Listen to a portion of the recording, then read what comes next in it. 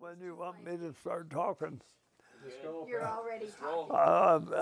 Tell us when you first became a When I first came to Hungry Horse in 1952, I was very interested in, they had an indoor shooting program.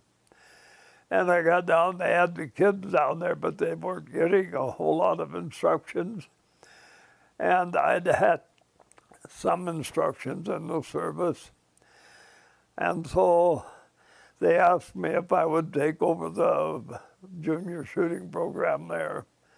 Then it just went on from there when it started the hunter safety program and in 57. And I worked with the shooting program over at Whitefish, helping with the junior shooting there, and Columbia Falls, and meeting all the different kids and the different parents and that. And but whenever you talk to the leaders, I would try to tell them to be aggressive, to watch the kids that are down there on the line and not let them get and create a bad habit. If there's something that they don't think is exactly right for position or anything else, to correct it right then and not let it go. That one of the greatest things, they have to be responsible for whatever they do. Because when they put that hole in the paper, they can't blame it on anybody but themselves, so they have to learn to shoulder that responsibility of whatever they do. And I think that kind of carries on with the rest of them. But to working with those kids, to put yourself down and try to come down to their level so that they figure out just what you're talking about and why you're doing this and why you're doing that. And it all comes down to putting the responsibility of whatever the kid is doing onto his shoulders, so that you can tell him what to do, but you're responsible for doing it.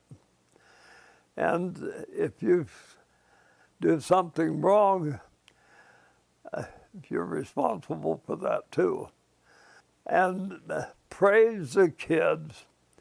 Praise the kids if they show you a good target and maybe they only got one in the bullseye, but they come up grinning like a skunk eating bumblebees, and you take and boy, you put your arm around them and pat them on the back, and they feel real good about that one shot, and they'll maybe get some more next time. Competition creates a goal for you to reach, and that's what life's all about, reaching that goal. And you wouldn't do it if you didn't have to want to do it just a little better than somebody else. I've always said that nothing was ever accomplished without enthusiasm. And so you have to believe in what you're doing and try to take and learn as much about it as possible. You have to have a goal. Every kid that comes down there, I got to beat him today. I pretty near did it last week. I think I can do it this week. And self-competition, national, regional, local, we have matches of all types so that they can compete more than just amongst themselves. One thing that I am very amazed at is every year we have the state match down at Bozeman, and there's a neighborhood of 500 kids shoot in that match down there. We've never had a discipline problem. And how many other groups can you take that many kids, put them down there for a 3-day session, and say that? That just makes my heart feel better than anything to know that we haven't had a discipline problem with the kids down there on doing that. It speaks pretty well for itself. Don't turn any kid down. And when every kid has a natural enthusiasm or curiosity about guns and shooting. And if you can satisfy that in a safe and a fun way, it's accomplished quite a lot. So, and I think this was one of the things we tried to accomplish, not only to make it competition, but to make it as much fun and enjoyable as possible too. Not something that they dread.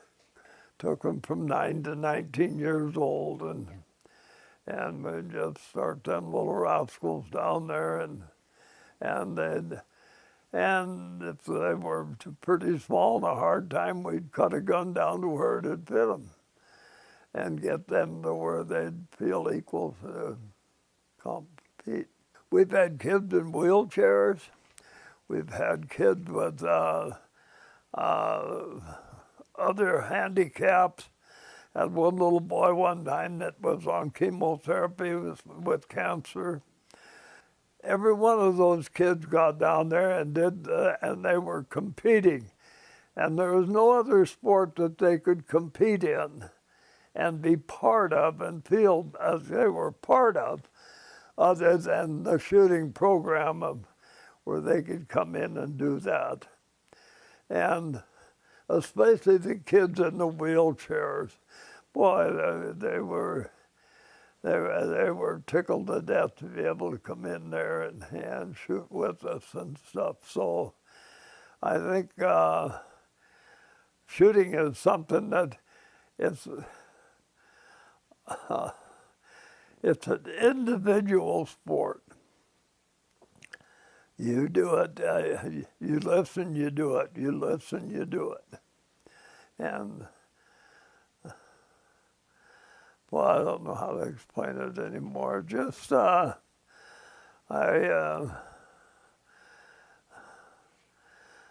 very glad that I got going in it.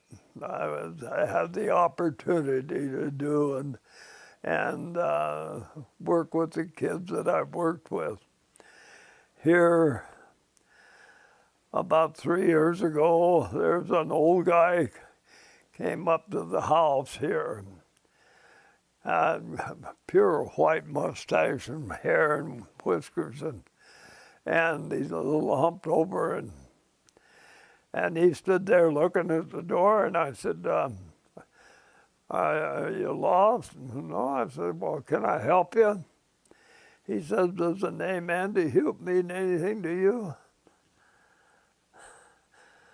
Had him in the shooting program in 1952, and he had changed a little since then. Kids coming up and they get older and in the program. We've had a lot of kids that started at 9 and went right through to 19 and you build a friendship and a feeling towards those kids that they won't forget, and neither will you. Yeah, that's always kind of been my motto. A minute was never wasted that's spent with a child. And I think they taught me probably more than I ever taught them.